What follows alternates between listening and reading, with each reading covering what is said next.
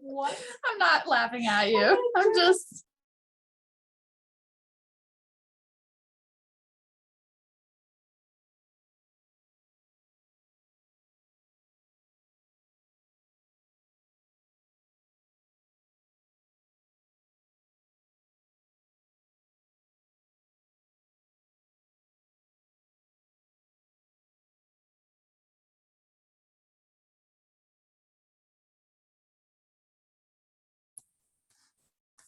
Hi, Shannon. Thank you.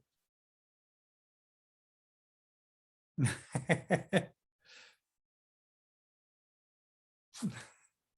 not letting you talk. Is this There better? we go. There we go. Yeah. I said, are you ready for another community forum? Oh, I'm excited. So who all do I need to let in? Donna Reed is waiting.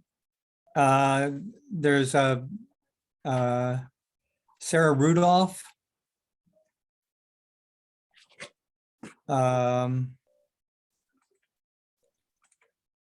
Marie Zimmerman. I'm not going to say this one right. Breen Massiotra Yeah, I think she's waiting. So let me get her in.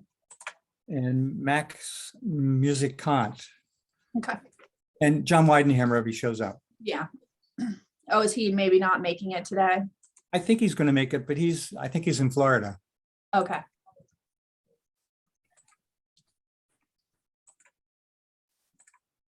All right. So as I'm letting them in, I'm just making them the co-host. Okay. Hi, Breen. Hello. Thank you for joining us. No problem. How are things in Pittsburgh? Good. I mean, rainy, but otherwise good. Oh, really? That's depressing. That means it's headed our way. Yeah.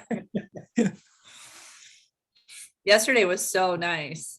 Oh, was it? It's nice here today. It's maybe mid 60s Yeah. and sunny. Yeah. It was great. I had lunch outside in Wow. mid-November. Not today. Today it's in front of the Inside. computer. Yeah. Well, we stole you away from it anyhow. So well,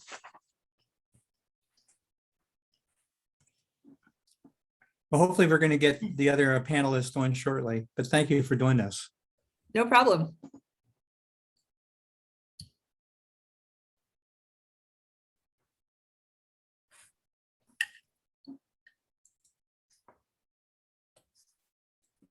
Oh, there's Sarah. We have to make her live. There we go. Hi, Sarah. Hello, everyone. How are you? Great. How are you? Good. Good. Glad we finally got to this day. Absolutely. Hi, Breen.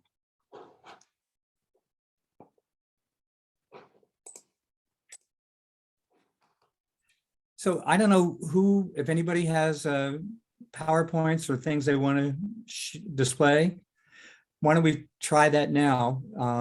Reen, you want to try yours and see? We'll let you share the screen and let you control it. Hopefully you're able to do that.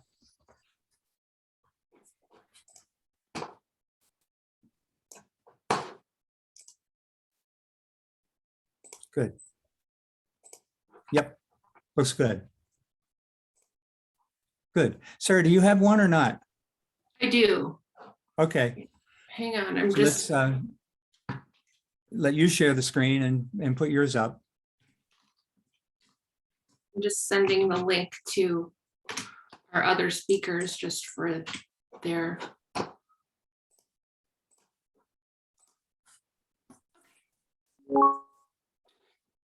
Let's do this.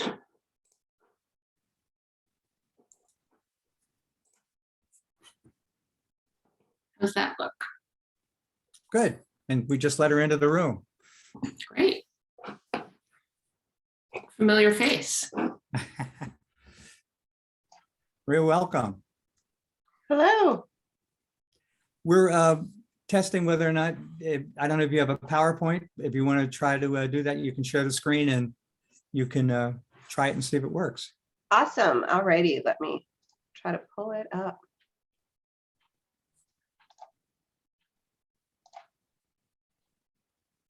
You see that okay? Looks great. Perfect. Alrighty. Good. So we're only missing Max. That's good. I was just emailing with him, so I know that he's around. Well, the way we will do this, let me get my stuff together here. I'll do a welcome at the very beginning of the program and go over some of the ground rules. What we're going to do is let people know we're recording this. We'll share the recording with people, including you guys. That we're going to go through the presentations. We're going to ask people to remain muted, but we'd like to have people show their faces so we know they're real people. We will ask them to use the chat function, and I'll collect the questions and comments that they raise. And at the end of the program, once you get done with all the presentations, I'll go through the questions and comments that we've got and ask you to respond to them. Then if we don't get through them all, I'll collect them. What we haven't gotten, I'll share that back with the four of you and give you a chance to respond to them if you want. And we'll share that again with the audience as well. So we're going to try to get to a hard stop at 1 o'clock our time. And get you back on track for the rest of your day. Just to let you guys know, I made all of you co-hosts so you can share your screen and do other functions in Zoom. There may be a couple things that pop up during the presentation. Might be a box that pops up about recording. Please do not hit close, just X out of that if that comes up for you. And also if it comes up for people to admit, I'll go ahead and handle that so you guys can focus on what you're doing. So once I cover the ground rules, I will then come back. I ask our chairman of the Berks Alliance, John Weidenhammer, to make some brief remarks and welcome. And then I'll come back, and Sarah, I'm going to introduce you. Okay. It's going to be a very brief introduction, but it'll be an introduction. And then I'll let you introduce the panel, however you want to do it. If you want to do them one at a time, or if you want to introduce all three. The order that I think we talked about is Maria first, Breen second, and Max last. That's I right. don't know if you want to close at the end of that, or if you're content just to let it end with Max. I think we can end with Max and then segue into the Q&A. Okay, good. Good.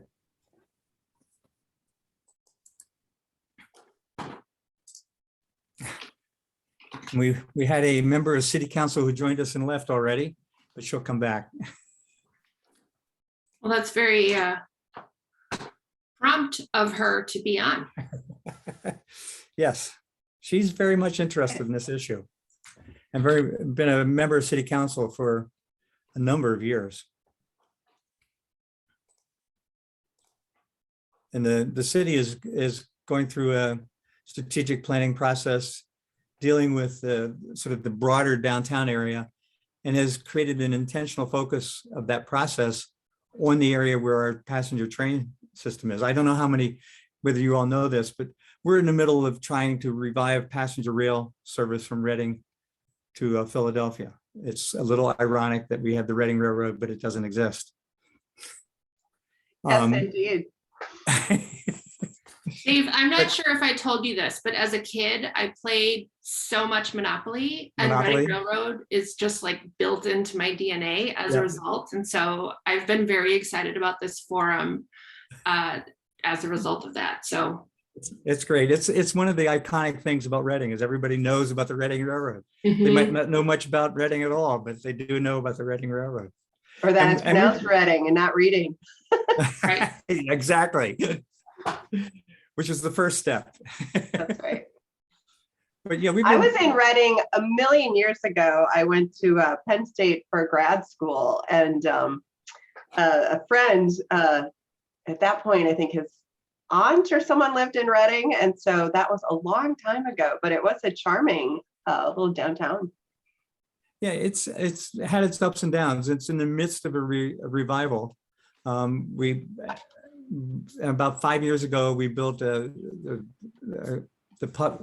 organization in Reading, built a DoubleTree hotel downtown, which has been really transformative for a variety of reasons. Not the, it's right in the middle of downtown, but the guy who runs it is just an incredibly dynamic community leader and has hired a lot of people from within the neighborhood around the hotel, which is among the poorest areas of all of the city of Reading, including people who have issues, criminal issues, healthcare issues, those kinds of things.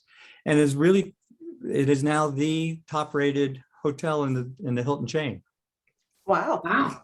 Yeah. So that's an attraction. One of our colleges bought a building downtown and is moving college students downtown.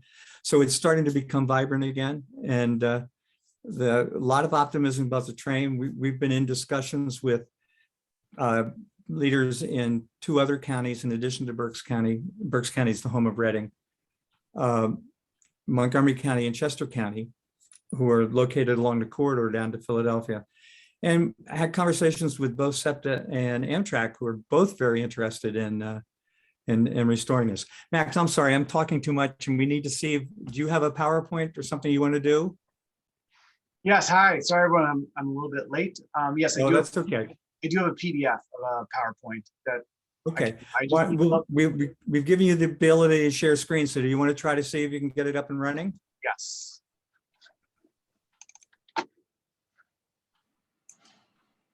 Looks good. Okay. Yeah, it looks good. Good. Oh, you found our train station. Yes. The Brew Pub train station. It's really interesting when there are freight trains that still go by there, and whenever a train goes by, people in the restaurant stand up and applaud. Yeah. Nice. That's really cool. That is cool. That does not happen in our like eating and drinking venues near our freight trains. Mostly I it's think people doing this. Yeah, no, exactly. I hear them. I live in Reading, not close to the train lines, but they go through the middle of downtown, and of course they cross the streets, so we have to close the streets down, which means they blow their horns. And when they do it at 3 or 4 o'clock in the morning, it's wakes me up. Yeah. But it's still neat to know it's happening. New Orleans is like that too. I once stayed in Oh. a Airbnb in just a felt like a normal everyday neighborhood, and then many times in the middle of the night, lots of trains. You heard the blast. trains. Yeah. Yeah, good. Well, Shannon, we can start admitting people if you want. And Max, I went through really quickly. What we're going to do is we're going to ask people to submit comments and questions through the chat function. I'll collect those and I'll raise those at the end of the session. If we don't get through them all, I'll share them with you.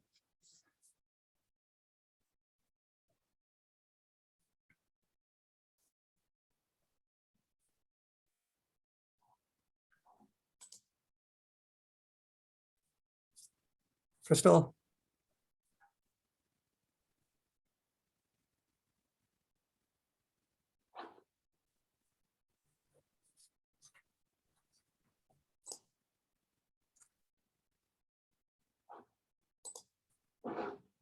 Not working. Well, that's a problem. Hmm. Good thing I tried it again.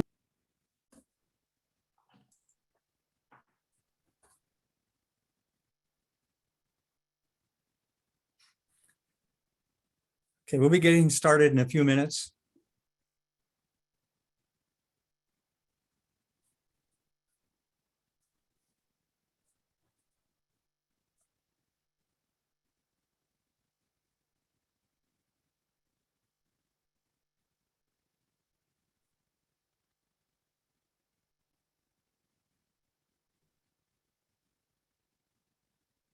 Good Some familiar morning. faces here. Good morning. Hey. Rick, how are you? Good. How you doing? Good. Crystal?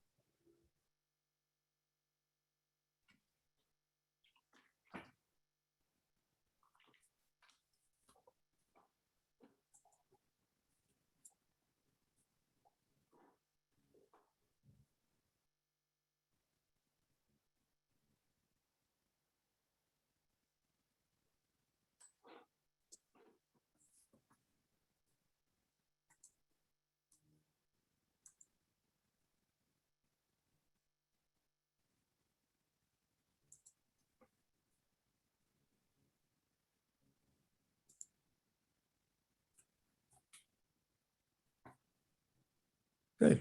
We're starting to get a crowd. That's good.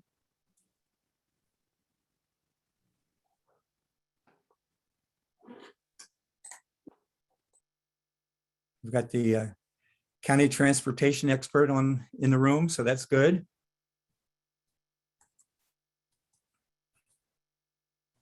Morning, Dave. Hi, Trish. How are you? Sorry, I muted myself and I'm talking to you. I'm doing well. How are you? Good, good. Okay,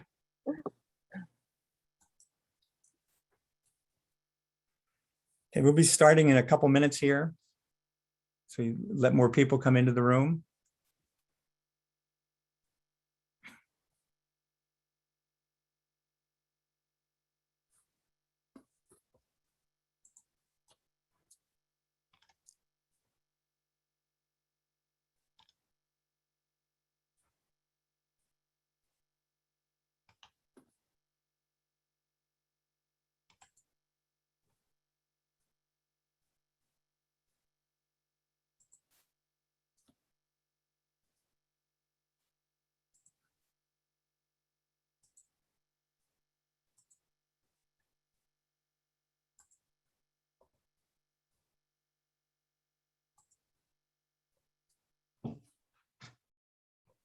Thank you all for joining us today.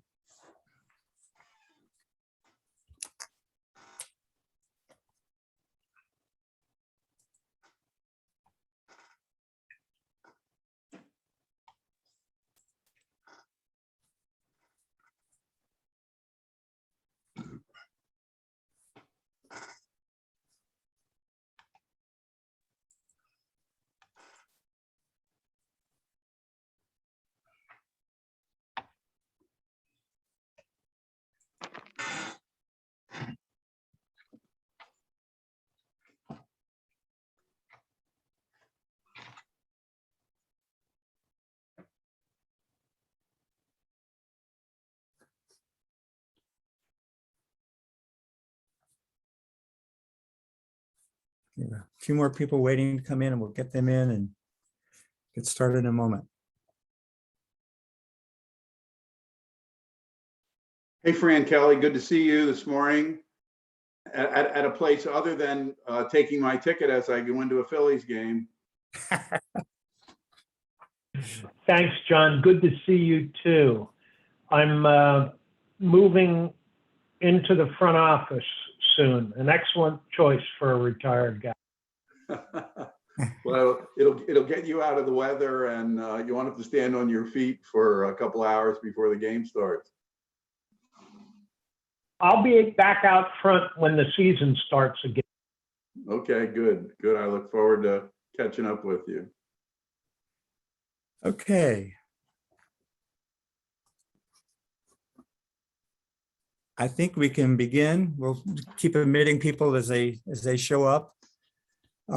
My name is Dave Myers. I'm the director of the Berks Alliance, and I want to thank you all for joining us today. Very interesting and hopefully very soon timely topic that we're going to have today.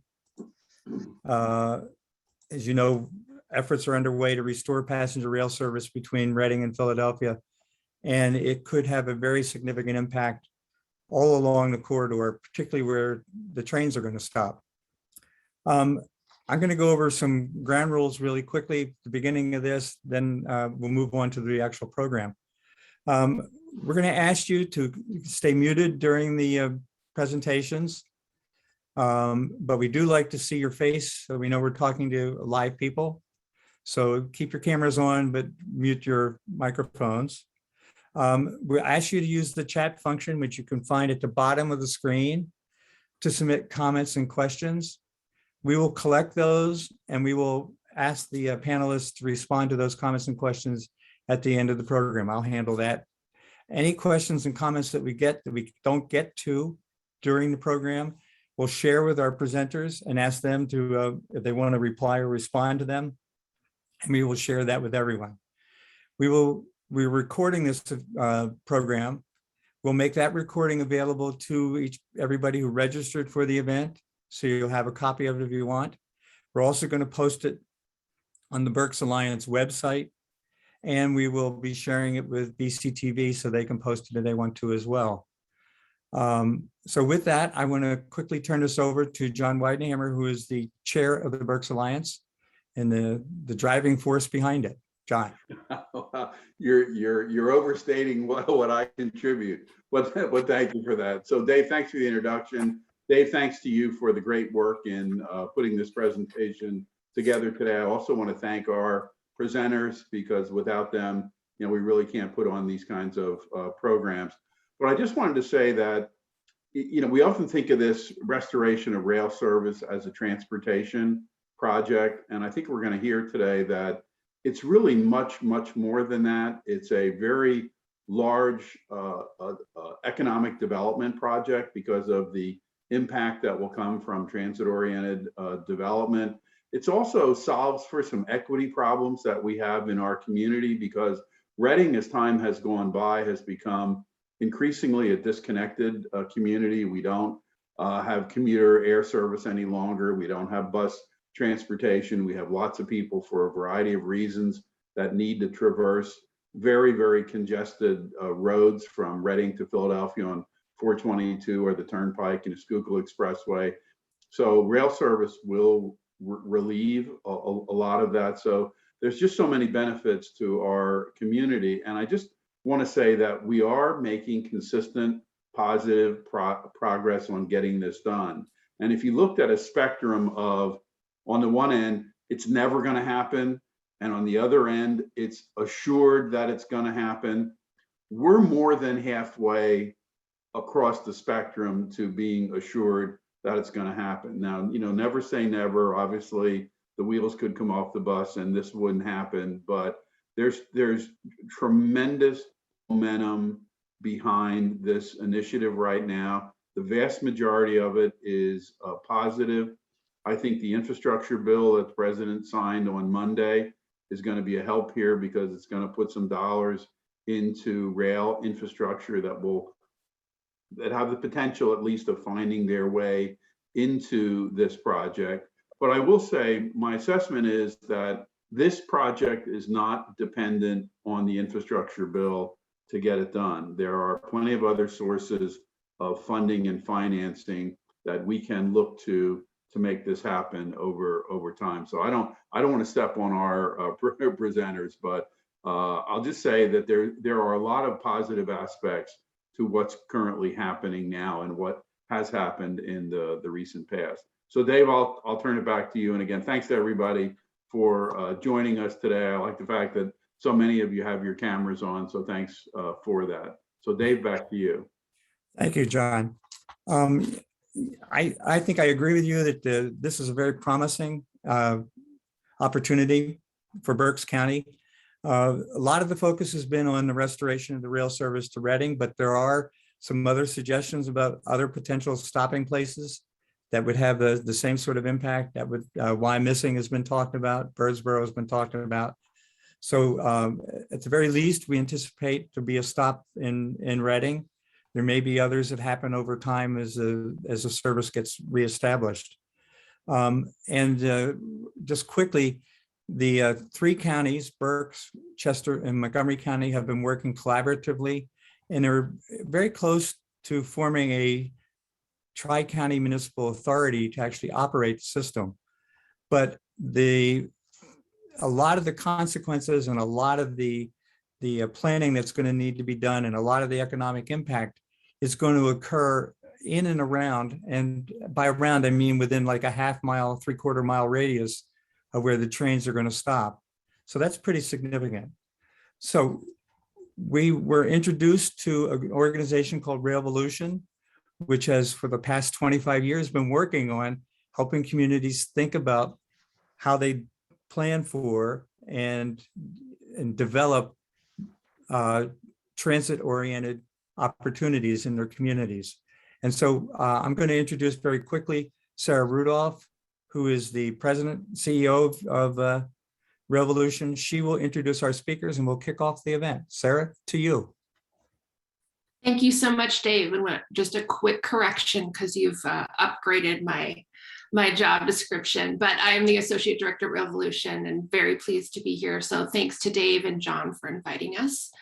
I'm just going to introduce the organization briefly and then turn it over to our speakers here. But while I'm doing that, I have a question for all of you watching, which is, what does transit-oriented development mean to you? And I just invite you to share your ideas and thoughts in the chat as I'm introducing the organization, and then we'll come back to that before we jump to our presenters today. So briefly, Revolution is really a national nonprofit organization, but we consider ourselves both the hub and the spark for a network of leaders, practitioners, and advocates working on transit, land use, and community development. So we really think about that intersectionality between the transit, land use, and development piece. That's what we consider unique about our approach, and really just this need to bring together cross-sector, interdisciplinary folks to address these issues much more holistically toward those more vibrant and equitable communities. To achieve that, we actually have 3 programs. The first one, symbolized by the icon on the left circle, is our conference every year, where we bring together those cross-sector interdisciplinary practitioners to really share, connect, and amplify the work that's being done in a more innovative way across the country. So keeping people up to date on the latest practices and emerging ideas. The second program we have, symbolized by the middle circle, is called our Information Exchange. And so that's a year-round opportunity where we connect people. We offer podcasts, webinars, and other kinds of online resources on our website to deliver up-to-date opportunities for people to learn. And the third program is actually my bailiwick. It is our Act 2 program, which is really about connecting communities and focused on a much more place-based capacity building opportunities. And so that's the program through which we're here today. So thanks once again. And so I want to go back and revisit this notion of, what does TOD mean to you? And so here in the chat, we've got some comments. TOD means walkability, connectivity, and integration. TOD means transportation that is available for personnel to work at nearby businesses. TOD is Southeast Pennsylvania Regional Economic Development and Labor Market Integration. TOD is attracting talent, new members, and improving the economic impact in the community. TOD is hosting people most likely to use and benefit from transit service, having sufficient density to make a transit stop cost-effective. Development that encourages residents and visitors to rely less on personal vehicles and creating a more walkable community. TOD should bring the much needed revitalization of underutilized and is in some cases blighted areas of the core of Reading, around where the train stops, to provide an economic boost along with solving for an equity issue. TOD is hopefully equitable, hopefully planned, economic growth sparked by public transit investments. And this last one here, creating an inclusive sense of place. So really a range there. And that's one of the, I would say, most promising things about TOD, but also one of the most challenging, is that it means so many different things to people. And so just want to acknowledge that, but our speakers certainly are going to address that piece as well. And so I'm going to introduce our first speaker, Maria Zimmerman, the founder and principal of MZ Strategies, who brings 2 decades of experience working at the intersection of planning, politics, advocacy, and policy development at the national and regional levels. Maria has held senior positions at Reconnecting America in Washington, D.C., Transportation for America, and served as the deputy director of the Office of Sustainable Housing and Communities, helping to manage the establishment of a $250 million grant program within the U.S. Department of Housing and Urban Development. She spent years on Capitol Hill working in the office of Congressman Earl Blumenauer, led a wide range of technical research and planning efforts on a range of policy subjects, including Chicago's ETOD policy plan, and has a host of other accolades and accomplishments. But I'm just going to wish Maria a very warm welcome to us today, and look forward to your presentation. Thanks, Maria. Thank you, Sarah. That was a very kind introduction. And I will pull up some slides to share as well with folks for my comments. And it's really wonderful to be with you here today virtually and to see such a great turnout for this conversation. I appreciated your comments, John, about the federal infrastructure bill that was signed into law on Monday, and happy to hear that you're not relying solely on that to hopefully move this work forward in Reading. But I would be remiss if I didn't point out it is a huge opportunity to push these efforts forward. The bill, as you perhaps heard, includes $65 billion for passenger rail. And of that, $1.5 billion is for the federal state partnerships for intercity rail, passenger rail grants that a lot of states like Pennsylvania, like Virginia, where I'm in, other states have used to improve and expand Amtrak service and partnership between the state and Amtrak. It also includes $300 million specifically for restoration and enhancement grants to extend intercity passenger rail. And so there's a couple of very specific, exciting opportunities there. And then, of course, the bill provides $39 billion for transit, including expanding the formula funding and capital investment grants, and increasing funding for a small program that the Federal Transit Administration manages, which is specifically to support TOD planning at station areas and for station corridors. So lots of potential opportunities there that hopefully could potentially help to implement and adapt some of the things that we'll talk about here today. So in talking about transit-oriented development, or TOD, I like to remind folks this is a topic that is as diverse as our communities. There's no one way to do it. We see a lot of variation in approaches, in success, in the starting and building blocks and the goals and aspirations that communities have. But we know that there are some important kind of larger trends that are driving the growth of TOD that we're seeing in many parts of the country. Of course, we have growing and changing demographics and market forces, including even while it took a little dip during COVID, a lot of strong market recovery in more urban and walkable neighborhoods, and demand for housing in those kinds of communities that offer more mobility options, better quality of life, greater connection, and for people across different age groups as well. We see more diversity of the population, but we also see greater disparities. And so how do we think about really the equity issues that some folks raised as they were talking about what TOD means for them? We have both challenges and opportunities that creates.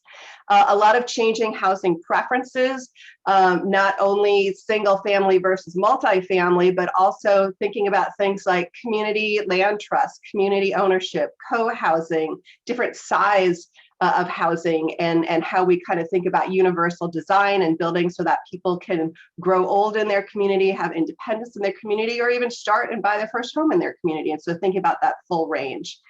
And as we're having this conversation, we're still trying to sort through what the COVID pandemic that we're still in will mean in the long term, in terms of commuter patterns, in terms of transit usage, in terms of housing preferences. So just a caveat, like, it's okay that we're in this moment of trying to figure things out. We don't have to have all the answers, but we do want to think about what opportunities, what challenges, and what momentum that creates.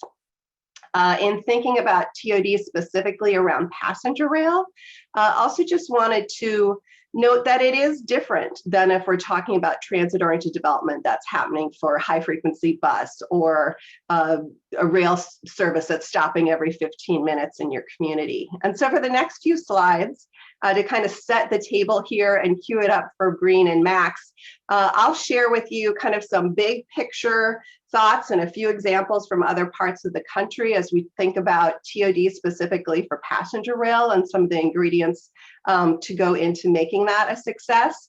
And then they'll dig a bit more deeply into issues around kind of really thinking about the land use and the associated placemaking and other elements that are really getting into the details of what success can look like and how to approach this. So again, in thinking about passenger rail TOD, we tend to have longer distances between stations. We have less frequent service. Sometimes you might be sharing access with freight lines, and so that can create challenges. Really, I think a big issue is around thinking about the station and how it can be a place that isn't just active those few times a day when the passenger rail train is stopping and picking up or dropping off passengers, but really thinking about it as a place where people are coming and going, and it can be a community anchor and hub and place for activity throughout the day that's supplemented and boosted by that passenger rail, but not necessarily just dependent on the passenger rail. In thinking about that, it requires us to think about how we balance the parking needs with development opportunity. I see in my work a lot of commuter rail or passenger rail stations around the country where so much focus is given to parking that it makes it really hard to get a lot of economic development activity to actually occur more broadly and at more times of the day. It isn't creating necessarily that nexus for things like transit service or walking or biking, and thinking about your station there in downtown Reading. How can you take advantage of some of the parking infrastructure that already exists around the station? How do you think about balancing that? And how can you think of some of the more innovative strategies I think that we see with shared parking, with parking pricing, with other things to kind of balance it so that people who do need to drive to the station absolutely can, but that people who want to walk, bike, perhaps take an Uber or a Lyft, grab the bus, whatever it might exist, that those multimodal options are also there. And then finally, in thinking about passenger rail as opposed to kind of other forms of TOD, the impact isn't just around that station area, but it's really, as some folks were mentioning, it changes how Reading itself as a community and the county is going to be accessible and connected to Philadelphia and to other parts of the state. So really that potential economic impact and mobility impact is much more than just what's even happening in that station area. So this requires us to think beyond the station, and just a little Google map graphics here, you can see in looking at the station area, there's some good bones on which to build upon, but also how do you expand that to horizon to really think about, again, the BARDA Intermodal Garage, the Santander Arena Stadium parking, like there's other infrastructure that hopefully could be part of this, and thinking about how to improve the sense of safety, of mobility, of interconnection between some of the surrounding streets, buildings, and the station itself. So it's super excited to hear about the downtown planning effort that's already underway, and I think trying to connect these dots and just encourage more of that.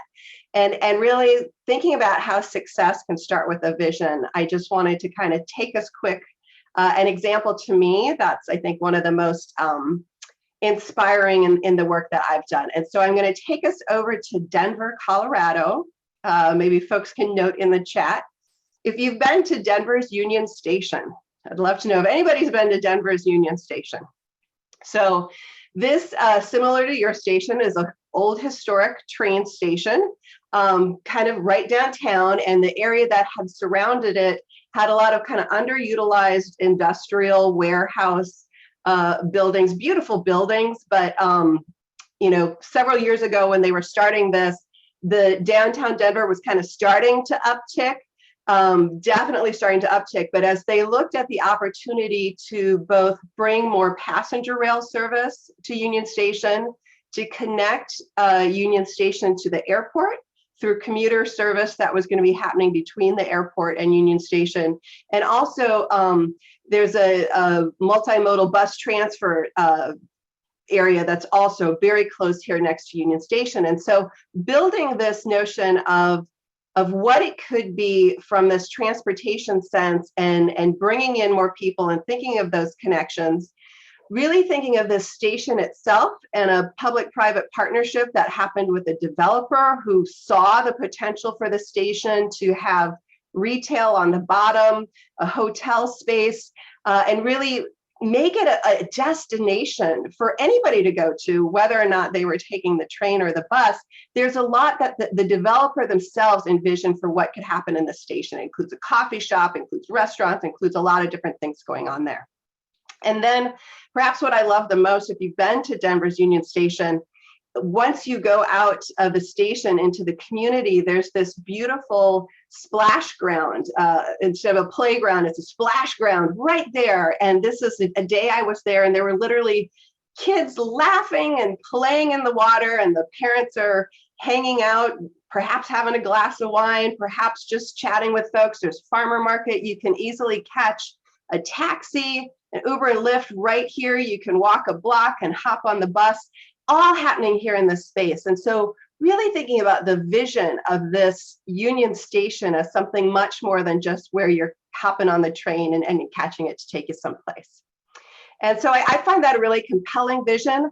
I think part of what it also exemplifies for me is thinking about the value that we can create if we do this right, and how we can capture that value. Here, the instance of partnering with the developer who really saw the opportunity through this project to build value, to capture that value, to put it into the streetscape, to put it into really thinking broadly about that project and what it could be. But also thinking from the public agency perspective, how do you think about perhaps underutilized or currently held public lands that are around and adjacent to that station area, and really prioritizing them for community benefit? That can be for affordable housing, it can be for multimodal connections, it could be for other types of mixed use development that you want to have happen. But a lot of times, those public lands can be opportunities to be more creative and more flexible with some of the financing around land prices, long-term ground floor leases, selling, putting up for RFQs and RFPs land for redevelopment to get the kinds of new development around that station area that you want to see. So very quickly, just a few other examples that I'll share, and this is showing there's a lot of different commuter rail and passenger rail kind of connected systems across the country. But one I'll mention quickly, I'm joining you here from Richmond, Virginia. And here in Virginia, back in 2019, our governor and state legislature committed to really the most significant rail investment that we've seen in the Commonwealth's history, with almost $4 billion to expand passenger and freight and commuter rail across the state. We're doing this through very aggressive partnerships with Amtrak, with CSX, with others to purchase rail right-of-way so that we actually can add a third track, so that we're not sharing the track with freight railroads in all of our big passenger corridors, and looking at ways that we can extend rail into parts of the state that used to have rail and haven't currently. And so we want to restore that, or we want to bring it new. So with that, to me, it's very exciting. I'm on the State Passenger Rail Authority. And so it's exciting to have these conversations, but one thing that to me is frustrating is that simply bringing that rail investment alone isn't going to get you the TOD that you're looking for. And it really does require localities to think about who's prioritized, what are those connections, how to really maximize this opportunity. So the picture on the left is one community that's getting new rail service, and they are again partnering with a private developer and building this real community center that is going to have public space that's available for meetings, for retail, for mixed use, for lots of different things happening. And then the picture on the right is my station, which just last year did an expansive parking repavement expansion effort. And so you go to the station and there's like nothing happening there. And even just taking the train is kind of a miserable experience.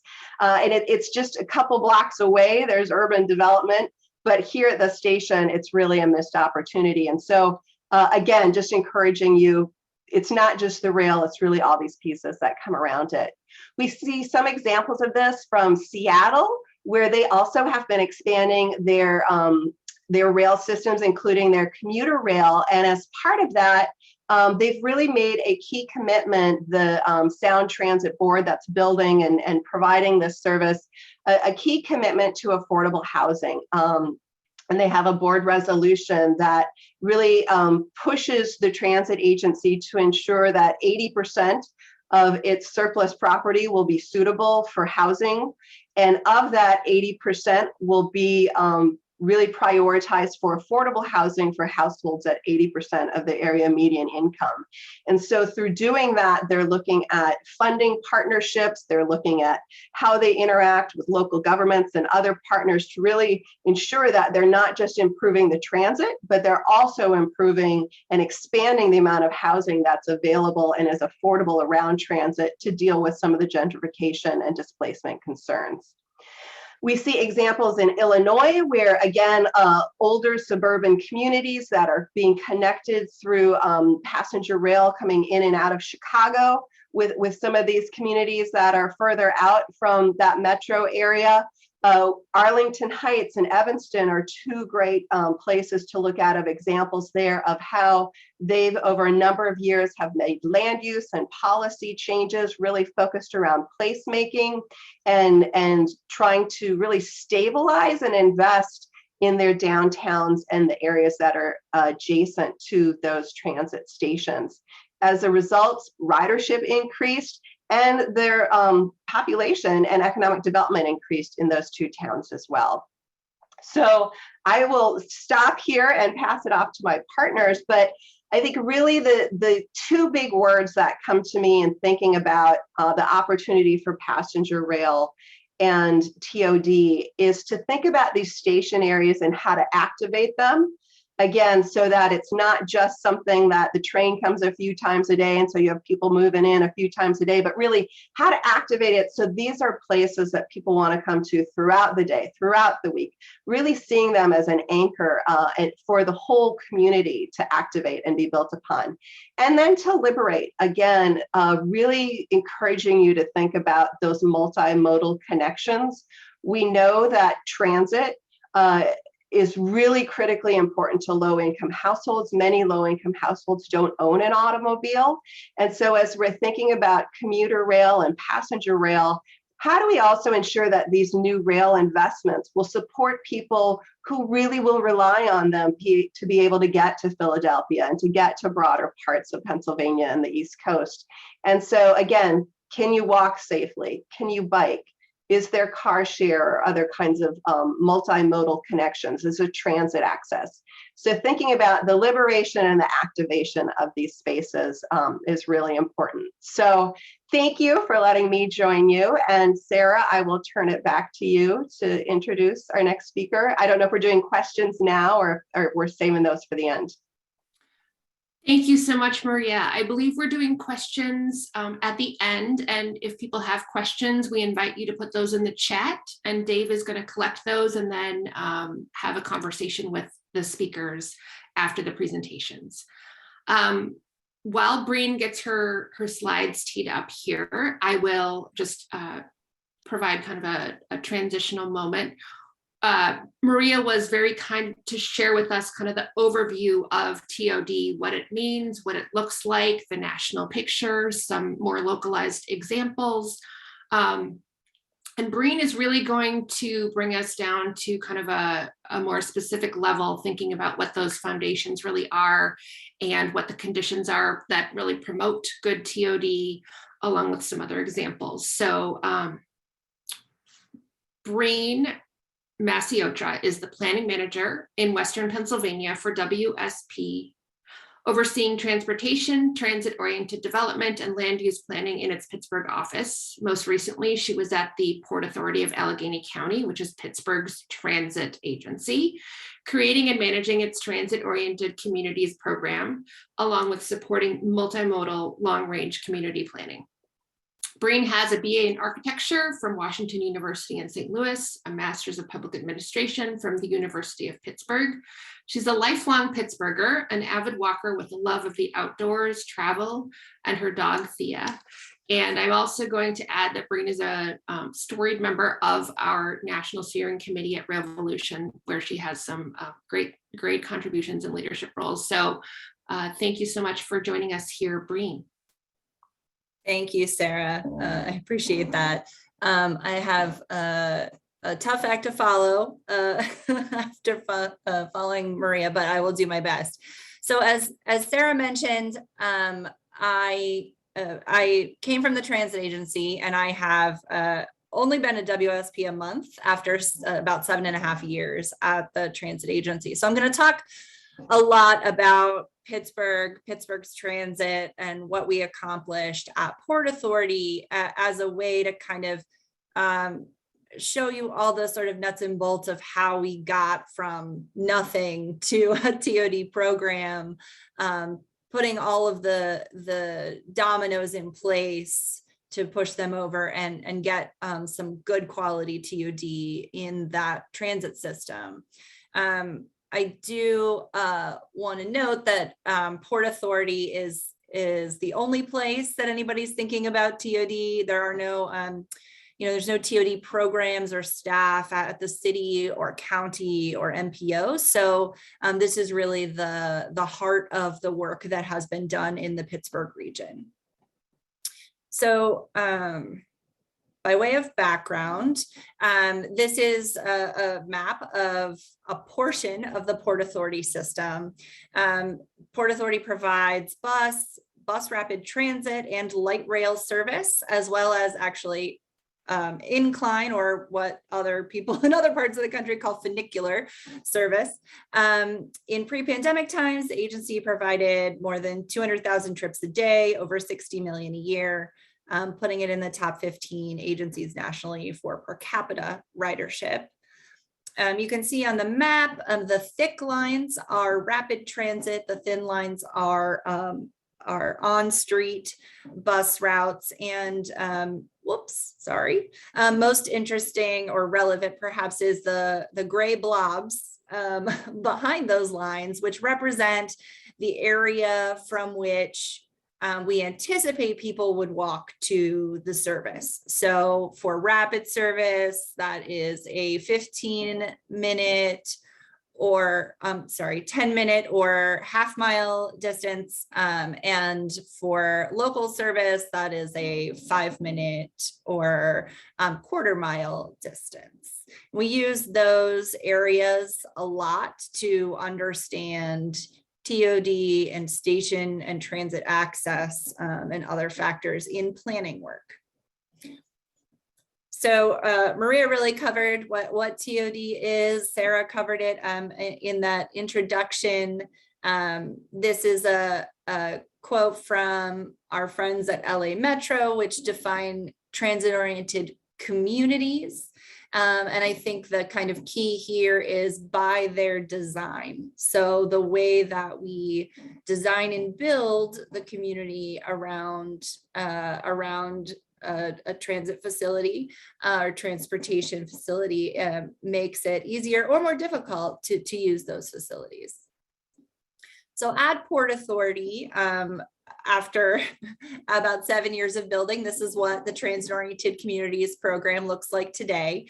The heart of that is transit-oriented development with a focus on what the Federal Transit Administration calls joint development on the transit agency's property, as well as a focus on improving transit access and community planning, which is both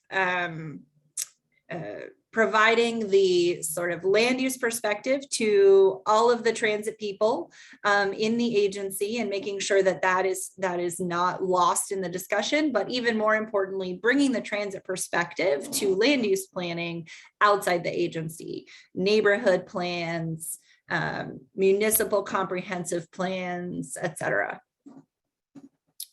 So in the transit-oriented development guidelines, which was the first piece of this puzzle, Port Authority defines itself as having 3 roles in TOD: being an advocate, being a stakeholder, and being a sponsor. An advocate is, saying that it's an advocate is an acknowledgement that policy that is beyond the transit agency's control is instrumental in TOD being possible. So I'll get into a little bit more, but zoning has been a huge part of the conversations that the agency has been having in recent years.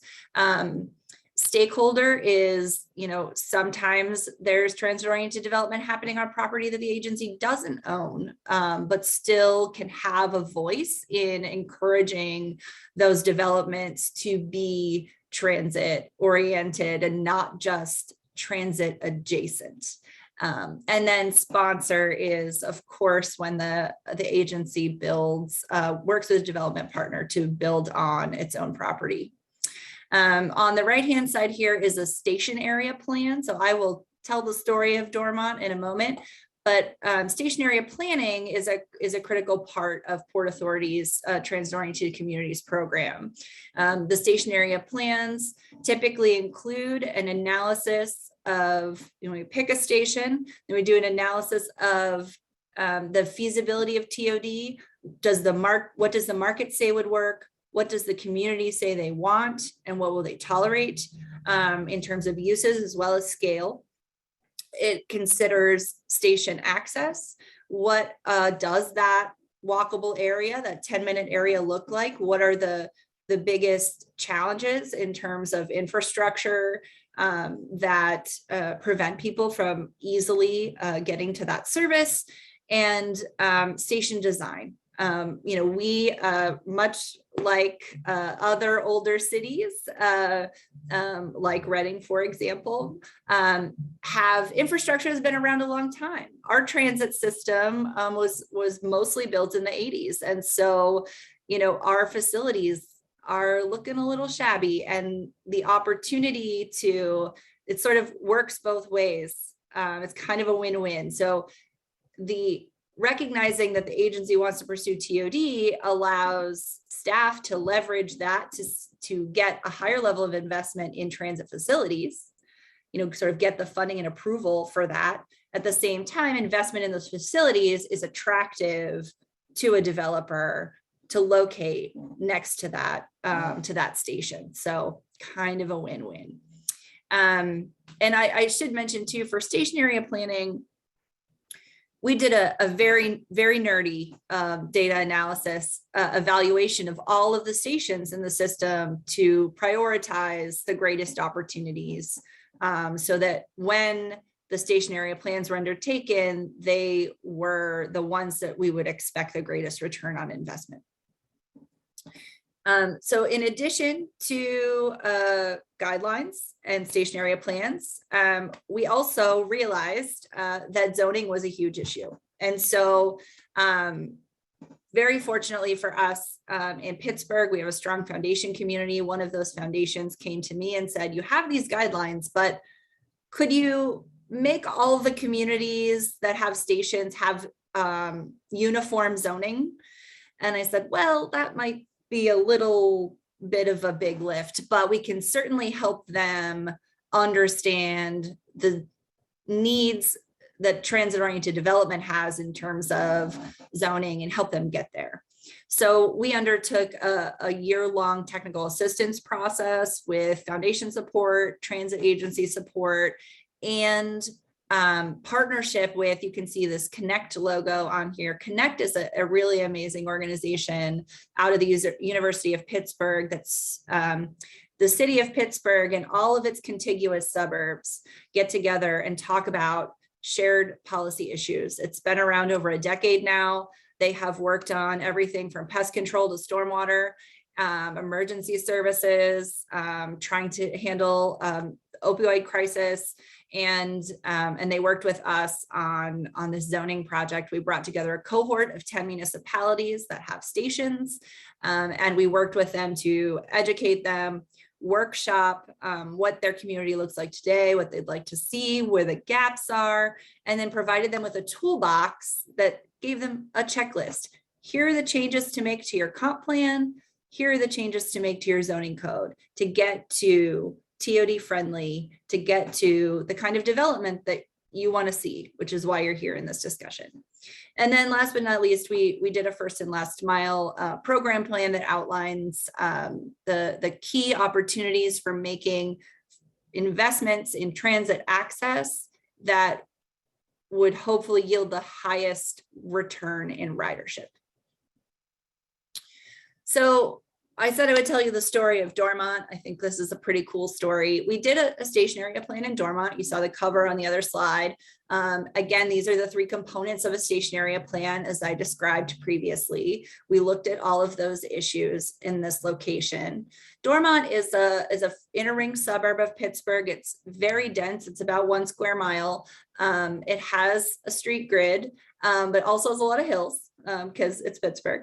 It has really excellent transit service. The red line, the station here at the bottom of these parking lots, it comes every 12 minutes. There's also a bus on the main street at the top of the image that comes every 20 minutes. Both of those are about a little over 20 minutes from downtown. And, you know, during pre-COVID times saw almost 1,000 trips a day. The transit agency owns the 2 larger parking lots and the borough owns the other. The agency owns about 165 spaces there.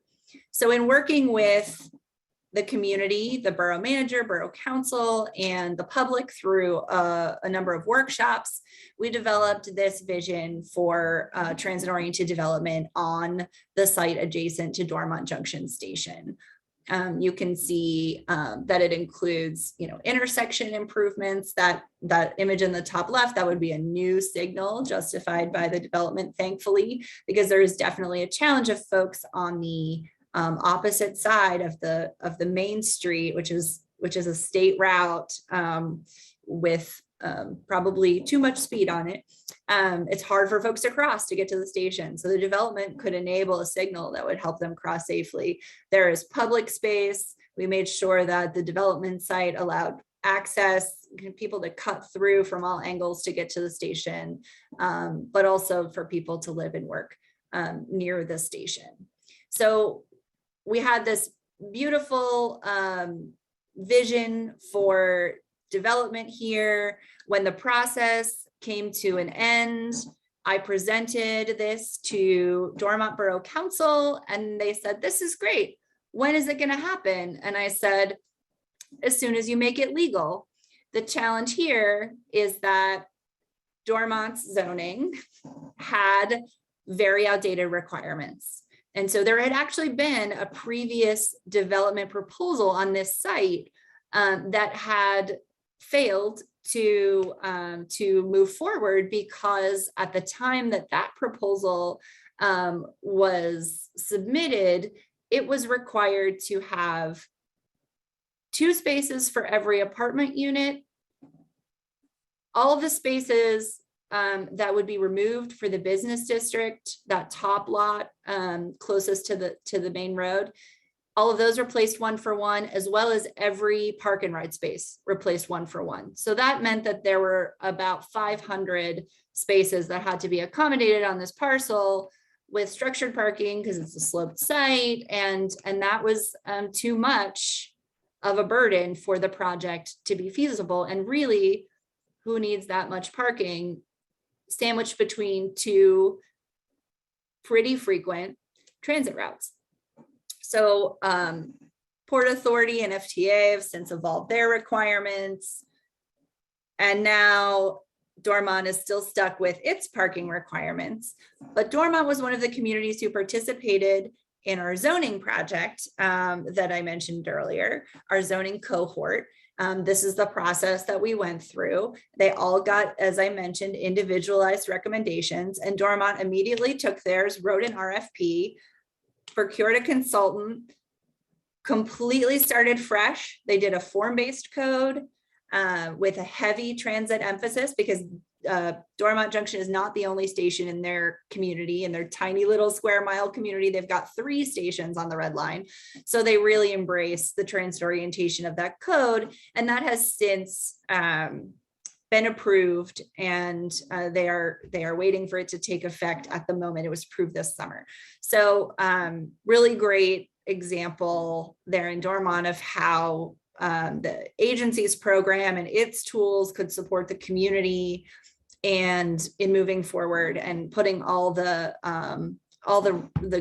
conditions in place to enable good quality TOD. I totally got ahead of myself, but we're going to roll with that. So when I talk about TOD zoning, I love to use these images that a consultant gave me because, you know, you can look here and clearly see what difference land use makes, right? It's so amazing to think both of these roads are the same width and the blocks are the same blocks, but the way that the land is used makes a complete difference in the experience that you have, right? The street design and the zoning are really key. What is not only safety, not only environmental impact, you know, there's every factor that you can think of really they're impacted in this case. So just back to Dormont. This is the website from Dormont's from zoning effort. And they, like I said, they really built it around transit orientation. So that's part of the branding and the outreach effort that they did. Also, just a note, because I think it's just adorable. They had some fun with the way that they messaged their effort. So, you know, they if you can see on the menu on the top right, they said, you know, part of this process was to make Dormont legal again. And there was a tab about I love the 90s, which was a reference to their old code. So they really tried to, and they did all of their engagement during the pandemic and had a really great firm to help them make that creative and get people in all kinds of different ways. So last but not least,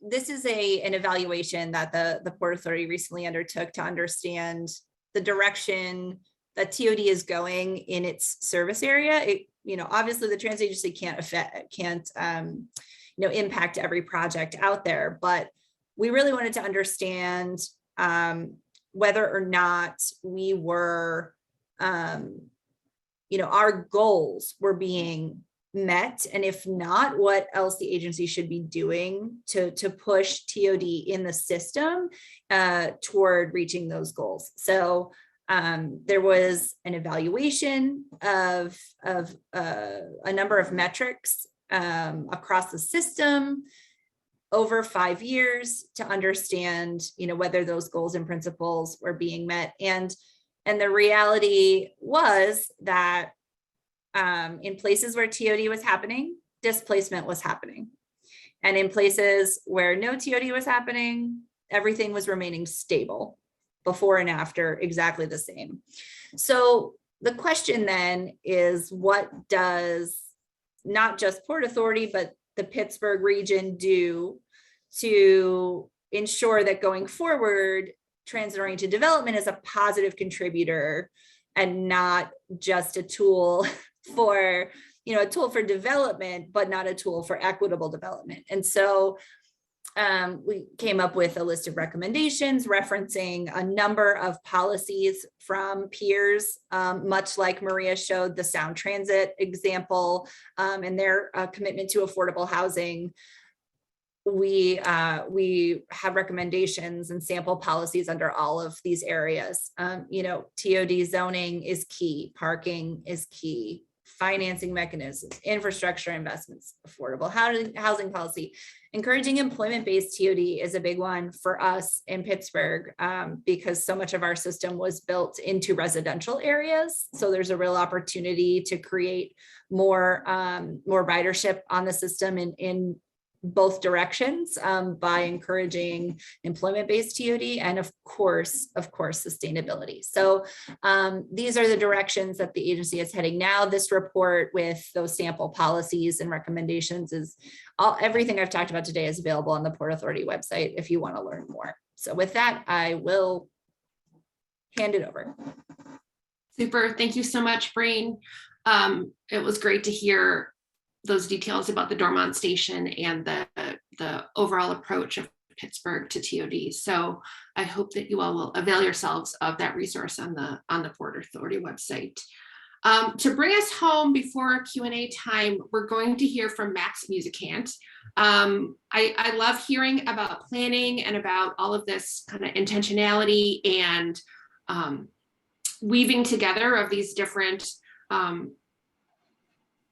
pieces around transit and development and land use and how it all comes together. Max is going to share a slightly different angle, but think back to Breen's double image of the difference in land use and street design. That's really all about placemaking and that sort of welcoming feeling of this is a place where I want to be. And Max is our expert and he's going to share with us. So I'll just provide this quick introduction. Max Musicant is principal and founder of the Musicant Group, leading the placemaking practice. Under that leadership, the firm has pioneered a holistic and organic approach to the creation of place that he's going to share with you, integrating design, events, and management systems through the lens of the user experience. And so at Revolution, we really think about the focus of any new investment being around transit or rail or bus, really thinking about not just the service itself and the infrastructure associated with it, but really what does that actually mean for the people and how do they want their communities to be and what that really feels like to live there. So I guess with that, I'm going to let Max received an MBA from the Yale School of Management and a BA in political science from the University of Wisconsin-Madison. So he works at this kind of planning scale, but also really thinking about community and experience. Very excited to hear from you, Max. Great. Thanks so much to Revolution for pulling me in, and really delighted and honored to be here with you all from the Reading community. As Sarah mentioned, our firm, our mission, our service is to create places where people want to be, under the assumption that wherever people want to be, they want to do things nearby, live, work, eat, play, shop, ride transit, etc. These places are really great for both the community and the surrounding commercial interests. And our expertise and some of the things we'll talk about here comes from our work, both on the planning side and helping to create some of these efforts, but then we are also responsible for doing programming and activation in commercial, transit, and public spaces for about 2 million square feet of space. So we actually have to implement this stuff and figure out if it works. So we like to think that we can provide some insights because we're on both sides of that equation. So with that, we're going to start at a higher level of what is placemaking. I think that this word and this practice has really grown a lot over the last several years, which is really, I think, important and create a lot of value, social and commercial value for communities, but I think it can mean a lot of different things to many people. So our working definition of placemaking at Musicant Group, and where our point of departure for my talk here, is that placemaking is a process of creating regularly occurring positive experiences in physical space. And so that serves as an anchor. It's like, what is this all about and why would we want to do it? And you can see an example of a transit plaza that we created in downtown St. Paul right there. So what are the effects of this placemaking, of creating these positive experiences? So if you create positive and useful experiences in space, the inevitable result is that people start to use it more. And when people start to use that space more, they start to develop habits and routines. And it's really here at the creation of positive habits and routines where the magic happens.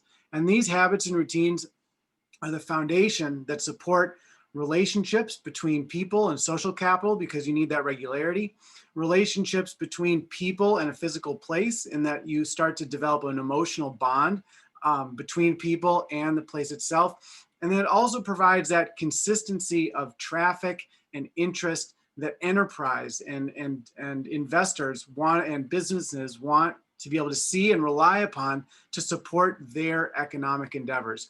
And all of these things then come together to create both social and commercial value. If we think from a pure, just like a real estate perspective, you know, there's the adage of location, location, location being the three most important things. Well, what does that really mean? It's that people are so interested and patronize a place to such a degree that it's worth investing more money to intensify the degree of use there.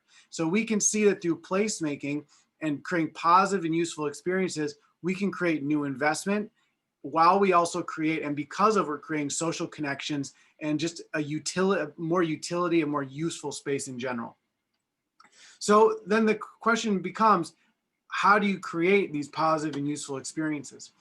And in our experience, it is through a holistic and integrated approach that considers the design and the physical makeup of a space, how that space is cared for and the stewardship there, and then the events, activities, and uses that happen there.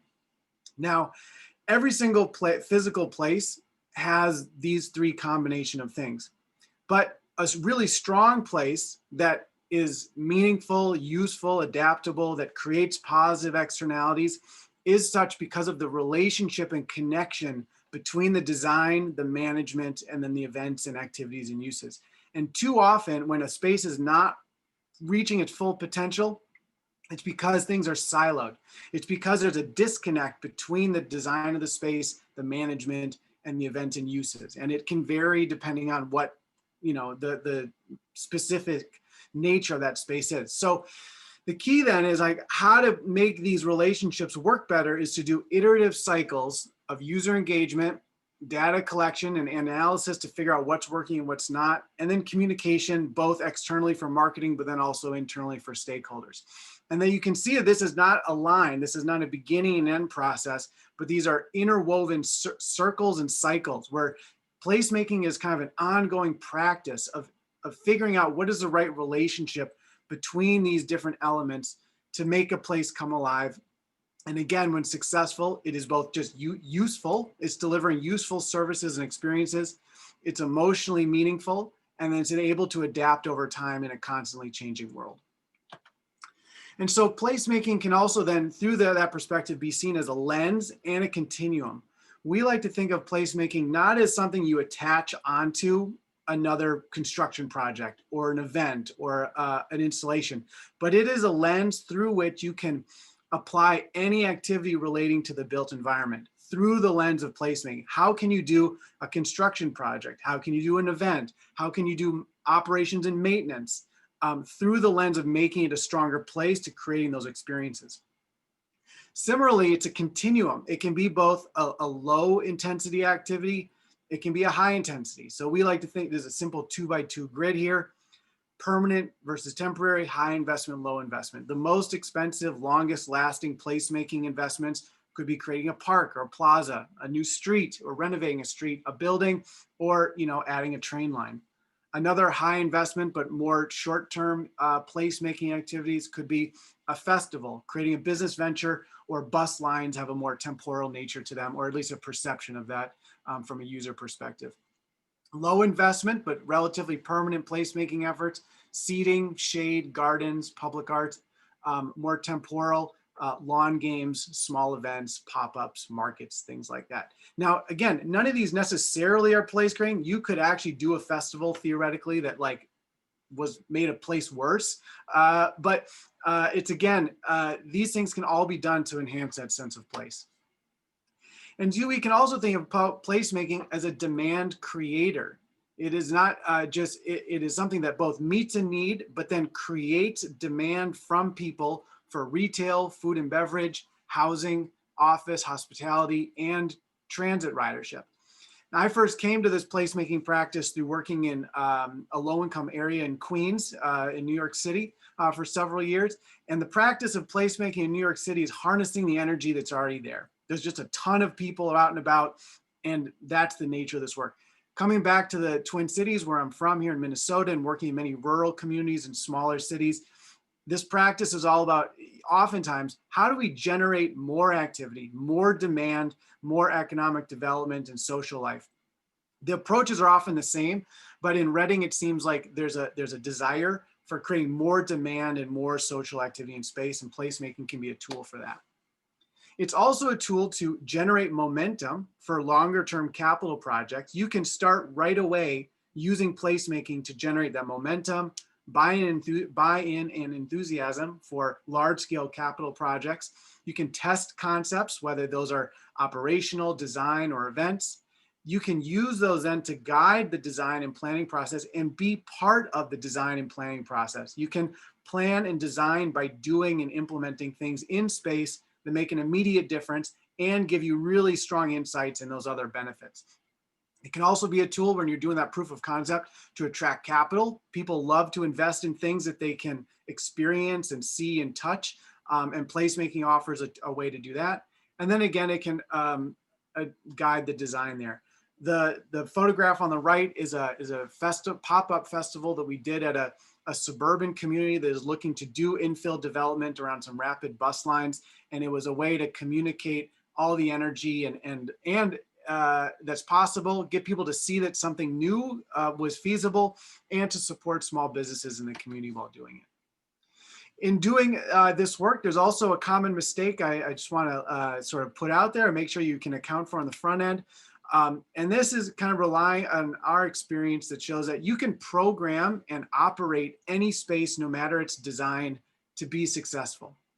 But the best designed space, no matter how expensive it is or how much thought went into it, will not produce the desired results of spillover effects, especially unless it's sufficiently managed and operated and has programming and events and positive uses and experiences within it. So when you're thinking about your strategies and developing your capital plans and whatnot, be sure don't to spend all your money just on capital and shortchange your operations. Putting resources into ongoing programming operations is really key. And there's a park here in downtown Minneapolis that kind of made that mistake here at the Commons. It's very pleasant, but there's not a lot happening there. And I don't think it had the desired sort of spillover effects that people were hoping for. Some direct applications and frameworks that you all can take forward after this process, and just like kind of thinking of doing a little bit of background research on your community that Sarah shared, is thinking about how to create those positive externalities. Successful places and then through that placemaking efforts, create benefits for the surrounding areas. And so those positive externalities are a function of the daily experience times the distance that those experiences are continually present for pedestrians. So let's say there's a wonderful experience at Franklin Station when the Amtrak service or SEPTA comes there. How continuous is that positive experience for a pedestrian outside of that area? And then that is the function of how much development and social capital and other small business benefits will happen there. And so placemaking as a strategy is to create and weave together physical spaces that have positive daily experiences. And if you want kind of a guide there, think about how to create something positive every 25 feet. Or if you've got two big anchors, smaller things to weave between them. And what should those experiences be? Obviously, doing user engagement, community engagement is essential in this work. You cannot do placemaking without involving the community. But some of the things that usually rise to the top, real and perceived safety is a big thing. And this is both from traffic and cars, safety from cars and traffic, as well as for sort of like I would classify, I guess, crime. But it's really, that is communicated by flowers, the presence of kids, women, dogs, events, movable seating, color, the presence of gardeners, ambassadors, and obviously safe and slower traffic around there.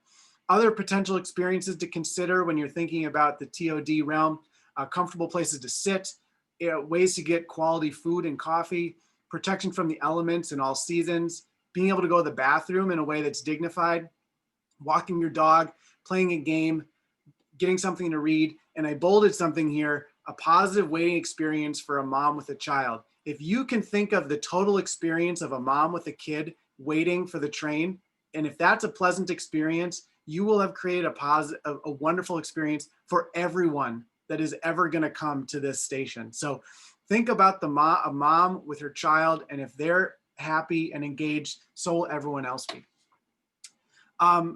Next is focusing on the pedestrian experience. Obviously, park and ride is going to be a larger contingent, a significant contingent of people using this space, and they're going to be key, but they're not always, those users in of themselves alone will not drive TOD, which Maria mentioned quite a bit.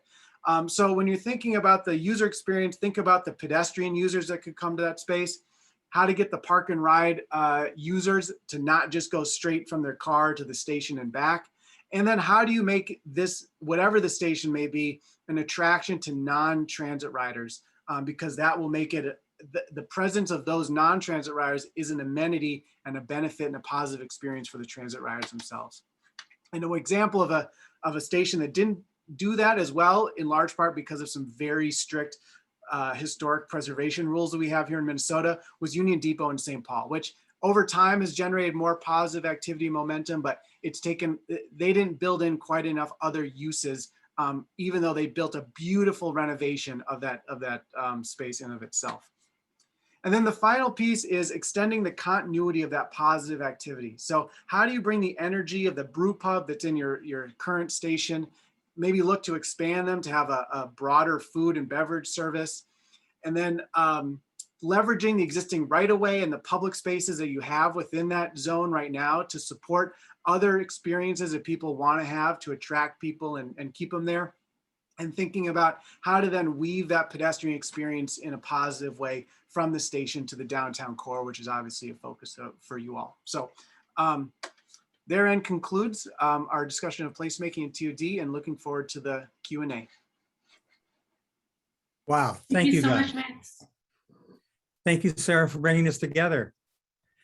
I think all of us were excited about the opportunity that restoring passenger rail service is going to bring to Reading, but I think we're even more excited now. This has just been really, really fascinating. Max, one of the things that I picked up, and I think several people commented on, is that what you're essentially saying is placemaking is not a once and done sort of thing. It's not, build something and hope it works. And that it should be focused on not just getting people in and out of the trains, but getting people into and around the area around the station. How long does it take to do this? What do we need to consider? How do we have to think about this? Yeah, that's a great question. The initial answer is you have all that you need right now to start. And I think that's one of the key lessons that when we're working with communities, that resources and momentum flow into places and communities that are taking initiative with whatever you have to work with right now. You have all of your collective time and insights. You have relationships, you have resources, you have physical stuff that you have access to. All these things can be deployed, as tomorrow. You could go out and put out some tables and chairs, some lawn games, a fire pit, and you've done some placemaking in that zone, and just see what happens, and take some photos, do some engagement, test out some ideas, talk to the brew pub. And just really start to dig into, like, what are the things that the existing users want to be able to do, but they can't do to the degree that they want? What do you all as community leaders want to be able to experience in these spaces? And what are the things that, even if they would take big capital investments, what is a 1% version of it? How can you create something that is a tiny version or test of the bigger thing that you want, but you try it out? And those are the sorts of activities that both public and private investors and businesses and foundations and governments, they want to see proof of concept. And what the great benefit of placemaking is that we talked about is that you're providing the immediate benefits and experiences that you all want as you are working towards getting the larger improvements that you hope to see. But you don't have to wait for the big improvements in order to experience that right away. And you're going to generate more interest and more likelihood of getting what you all want by starting on this incremental path and continuing to just iterate it as you go. And when the big investment comes, you don't stop. I mean, just like the Union Station example that Maria mentioned, they invested a lot of capital, but the magic of the place is that it's the daily programming and operation that exists that makes it come alive every single day. There were a number of questions about different aspects of accessibility. One of them was essentially wayfinding. To find your way to where the train station is currently located, to where it may be located, to some of the other facilities that are connected there, is not easy to find, and it's not easy to walk there. It's not easy to drive there. What things should we think about in terms of making it wayfinding and making it more accessible, both for pedestrians and for vehicles? Anybody? I can jump in. So that's definitely a huge issue. And that's true for every system out there, and probably every downtown too. Often, in the case of Pittsburgh, the Pittsburgh Downtown Partnership is the one that's been leading an effort for wayfinding downtown. And that has been coordinated with a transit system signage project that is very much about navigating transit. So they complement each other, and the partnership is working on those pieces that are on the sidewalk, that as you wander the community, you can constantly check in and understand where you are relative to landmarks, relative to transportation assets.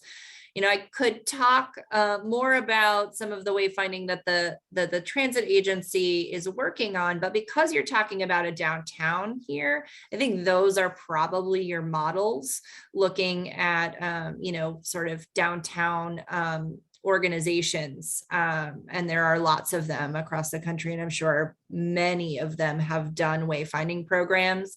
And that allows you that sort of higher level of integration between the destinations and the transportation assets. And I welcome my panelists to add to that.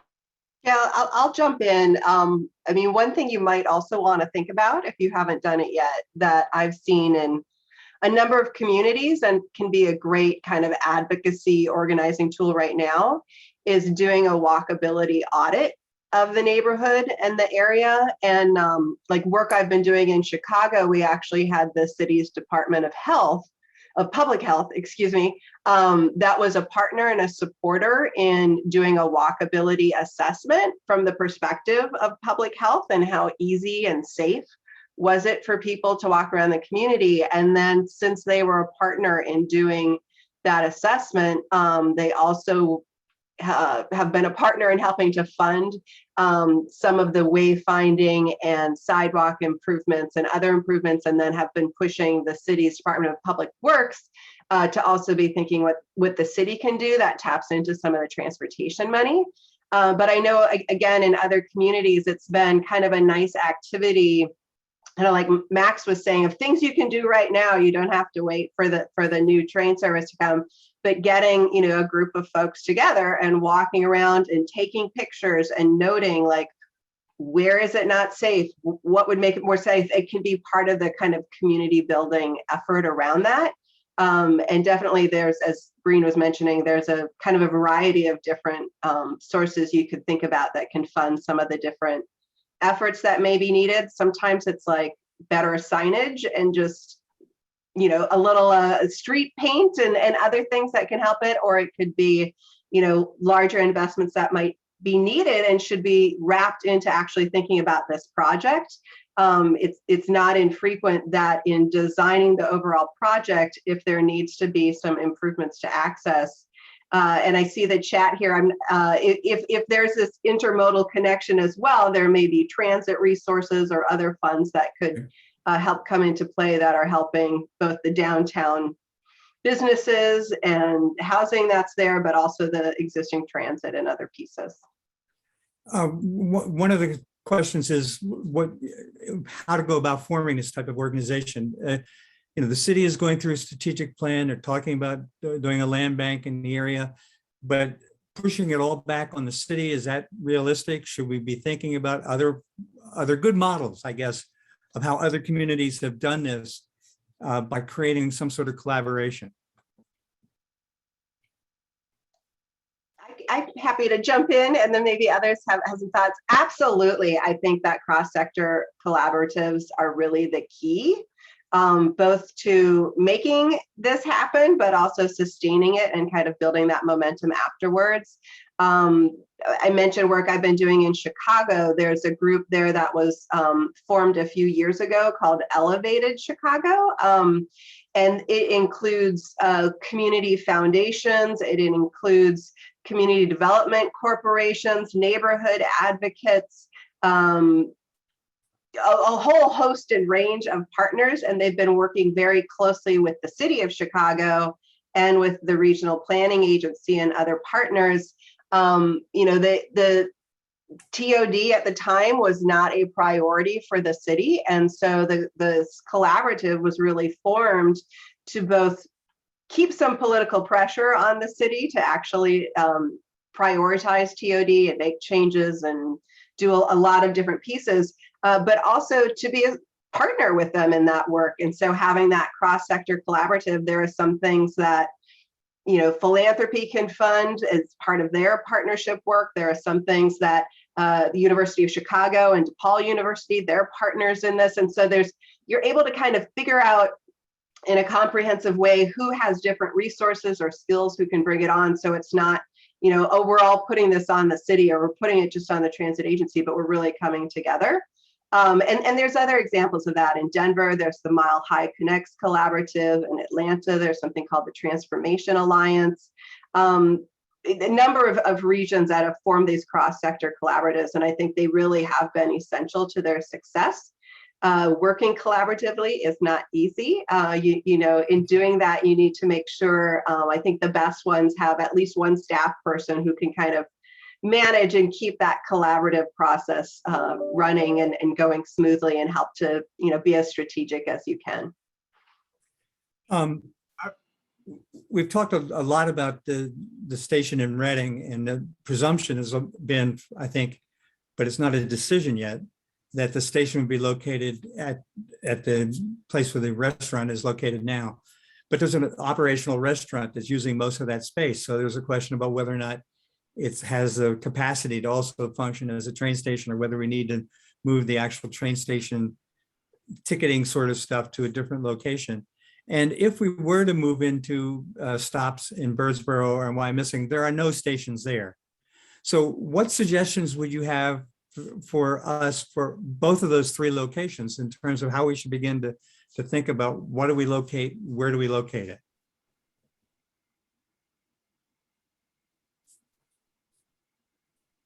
Well, I think from a placemaking perspective, I'll take that. You can think about what is a transit rider, what do they want to be able to experience? What are the list of things that is on there, sort of like their journey to and from going to and from the station and going to where they're going and coming back. What do they want to be able to experience? And who are the personas? What are the different types of riders? And what are their different demographics or wants and needs? There's going to be some different, pedestrians versus park and riders are going to have two different but also overlapping needs. Mapping that out, and then I think that'll start to identify where are the locations that would work better or worse for both groups.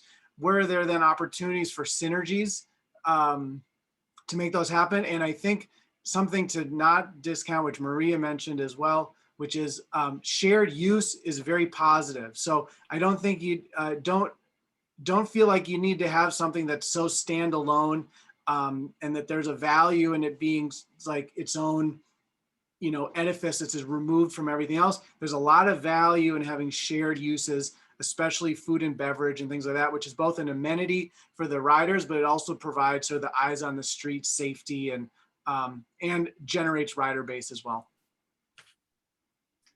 And I will just take a different angle on it. I'm a planner, and so from like a little bit more of a like a data-driven standpoint, I think there are things to look at that make transit facilities successful.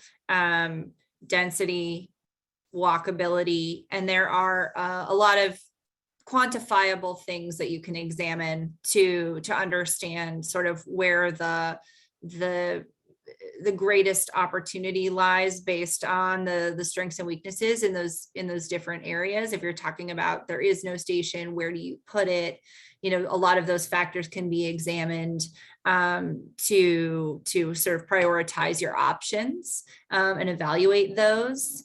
And that's not that's one thing, and you could use that also to sort of measure the various costs and benefits of the existing historic station versus the existing transit center, and you know, if one of those makes more sense in that way. But transit and land use, you know, the reason I think for my existence on this planet, just talk about how they're related to each other, and it's a chicken and egg, right? So you could have really great transit asset and not really great land use, and so that's where you want to take a land use intervention, the redevelopment, the zoning, etc. If you have the facility and you can't get there because the sidewalk doesn't go all the way through it, you know, there's sort of different approaches to closing that gap and making a particular location successful. So you can both measure the potential for success, and you can also then target your strategies accordingly to build up the places where the weaknesses exist in order to make the most of the strengths. Okay, great. I'm going to go back to the accessibility question, because we had another question about accessibility, somewhat similar, but different type. Meaning handicap accessibility, accessibility for people with sort of physical issues. What kind of attention do we need to, should we pay attention to that? I know it's important, but what have some of the other communities done to make sure that is not neglected? Yeah, that's a great question and a really important one. I think, you know, again, it's going to vary on if you have an existing structure and you're trying to improve accessibility versus kind of starting from scratch. So even thinking about this last question around station location, I'm guessing with the historic older station, if that were chosen, you may have some upgrades to make and happen. There is, again, federal funding now that's been provided for that. There was also, I think it's $1.7 billion was just provided in the bipartisan infrastructure bill specifically to make ADA accessibility improvements for transit. So even thinking about the intermodal center there, if there's something that needs some better improvements, this also has been, in my experience, we're partnering with folks who care about public health and accessibility, and some of these broader partnerships can bring, you know, additional kind of juice and creative thinking to this. And I think thinking about accessibility in a broad way, you may have people with mobility accessibilities, with visual accessibility issues, audio accessibility, or even people who don't speak English as their first language. And so I think I've seen some great placemaking examples brought in to both like improve accessibility, but also really improve what the place looks like and how it works and how it invites people in, whether they're pushing a stroller, they're in a wheelchair, or they're fully able-bodied and they're just kind of wanting to get around. So Max, I don't know if you have more to add on this, but definitely having it be part of the mix. And I don't know if there's a AARP, I know, has some great member chapters across the country. I don't know if they have one in Reading there, but I've worked with some of their aging mobility workforce folks in other parts of the country who've been pretty involved on transportation issues. I'll put in the chat, they have some great resources as well. Max? Yeah, I'll just add that if you make it, if this station and the experience works for those that are experiencing, either have disabilities or physical issues, then it's going to be a great experience for everyone. And so it's not just for a different group, not for one group of people or the other, but it's a good lens if you make it work for, there's the 8 to 80 city group and sort of philosophy. If you make it work for people that are 80 years old or 8 years old, you've made it work for everyone. Great. We're getting close to running out of time, and I've got a couple more questions I want to try to ask. So hopefully you can bear with us for a little bit. We had a question. It's not been settled yet whether this is going to be a intercity train service running from Reading through continuing on through New York, or whether it's a commuter service to Philadelphia with a lot more stops along the way. Does that make any difference in terms of how we would plan for transit-oriented development? Is there a difference between how one would work versus the other? That's a great question. I'll jump in. I don't necessarily, yes, there will maybe some differences around the margins that, again, working with planners and others to think about what that may mean, and just in terms of the size of the train, what the train needs may be, some of the parking issues. But whatever it is, I still think we want to make sure the transit works well and that people are able to access this regardless of what it is. But to really be successful, I think good TOD really is about the transit is kind of the secret sauce, the magic ingredient to really a more comprehensive community development strategy. So what is it going to take to make that community development work? If it's intercity rail, I don't know to what extent it's going to necessarily be bringing people to Reading. I mean, it may be if it's a stop along the way. And as we were joking before, you're on the Monopoly board, so folks may want to stop and come to Reading, or there may be other things bringing folks to Reading. If it's a commuter rail, you're probably going to have different frequency and hours of service. And so then again, it's really thinking about, I think, more of a employment workforce job opportunity. And so those partnerships may be even more essential with regional businesses and employers to help them be thinking about how these connections work on. So there's some different questions, but I don't know that it necessarily changes how you think about the TOD, but others may have different thoughts on that. This is anecdotal, but you may get more potential for develop like more office users if it's a regional rail, or if it's going to other nearby communities rather than just going to, if there's a, just the farther away destination. Mm-hmm. Okay. One of the things the city has outlined in its strategic plan is the need for more and a wider variety of housing. And there's a sense that the development that could occur around where the trains are going to be could stimulate some of that housing development. But there's also a concern about gentrification and pushing people out. What would you advise to deal with those two issues? So I was just putting in the chat, yes. Yes, you should be thinking about it now. I think it's not something to push off and think about later. Again, that creates new potential partnerships and members of the collaborative to think about this. I know there were some questions about the land trust or things. If there are opportunities to like purchase and acquire land that could be put in a land bank or a land trust or other kind of creative things of thinking about community ownership, or just to even get ahead of land speculation, absolutely, that's a great thing to think about. Even parking, as Breen was mentioned, a lot of times in our older cities, we have really high parking requirements, and we actually have a lot of underutilized parking. I know we all stress out because people want to park immediately in front of their destination, but like it won't kill you to walk a block. But parking is such a hot button issue, but we often have so much excess parking. And then when we're requiring more parking to be put into new units or part of preservation, we're just jacking up the cost of that in ways that don't really add a lot of value. So thinking about the cost of parking and how you could maybe manage that differently actually really does relate to affordability for the projects. And then there's certainly a lot of policy things, whether it's thinking about a housing trust fund, inclusionary zoning.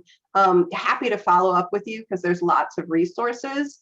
And I think figuring out what makes sense for your community. Some places they've had, I think, some real value by having, community foundations or others who can help to fund even a housing assessment that isn't just useful for the transit project, but can be helpful as your community is thinking about how to use community development block grant funds or other HUD funds or other kind of state and local resources. So I definitely encourage you, it's a real issue, and Breen was mentioning that as well. The positive is you're trying to get more development and more economic opportunity happening, but especially if this is kind of inner city, you may have folks, I see this in Richmond where I live, we've just had a wave of people moving from DC down here, and our whole housing, costs have been going through the roof because we've been more affordable than living in DC. And so if you can take the train and, work in Richmond and save some money, why not do that? So it does change your regional housing market. And one final question that sort of links some of these things together. The housing is an important issue. Obviously, the zoning requirements for housing, particularly apartments, requires parking to be there. Parking has been a challenge. The city's going through a major parking study right now. Given the history of the housing, including in this neighborhood where a lot of it is 70, 80 years old, row housing, that becomes a challenge. And yet at the same time, you're right, there's some parking lots, including a couple very close to the train station, that become an opportunity. So the issue of addressing parking, addressing housing, and dealing with zoning, I think is very timely for us as we consider all this. I don't know if you want any closing comments about that. I'll throw out, parking is my favorite topic, so I can't pass up the opportunity to say something about it. But I just want to, I think the fact that a parking study is happening is great. Understanding in real numbers what Maria is saying, that is always true, that there's the perception is that there's much less than there really is, and it's about location. And so what a lot of that gets at is demand and management. So you may have heard, the term TDM or travel or transportation, both are used, demand management. And that's really critical to dense areas, right? So if you want to make the most of the space that you've got, figuring out the shared aspect that Maria talked about in her presentation, as well as how to divert people to other modes, and how to really, set different expectations around parking is really a critical part of that whole picture. So there's what you have and how you manage it. There's what you build. And then there's sort of the expectations that you set with people and the tools that you provide them to access their destination in other ways. Also really important to understand, besides sort of your parking utilization, is where are people coming from and how far are they traveling? Because those trips under 3 miles are trips they do not need a car for. There are lots of other tools that folks can use for those short trips. So those are good ways to sort of focus efforts. I'll just say one thing on parking. Communities it's a journey problem. It's not a parking problem. People want to get from one place to the other. So it's the journey. Parking is one way to do that. And then if they park, it's a pathway problem. It's make the journey from parking to walking 2 blocks a benefit, not a burden. And all of a sudden there's a lot more parking that opens up. That's a great line and a great way to close this. I want to thank our audience for participating and attending and the questions. We do have a few more, which I'll share back through everybody. Our panelists, thank you. This was terrific and very inspirational. I think we're all excited about trains coming back, but I think this is going to make us even more excited. And particularly, Sarah, I want to thank you for organizing this for us and bringing these people here to Reading, even if it's remotely. Someday we'll get you on a train and get you here. My pleasure. Thanks so much for having us. So thank you, everybody. We'll be sending out a copy of the videotape to everybody who registered for the event. And we'll be sharing the rest of the comments and questions with our panelists and share the responses back with everybody. So thank you. We hope to see you at some future events for the Berks Alliance coming probably next year. Thank you. Thanks, everybody. Bye, everybody. Great work, presenters.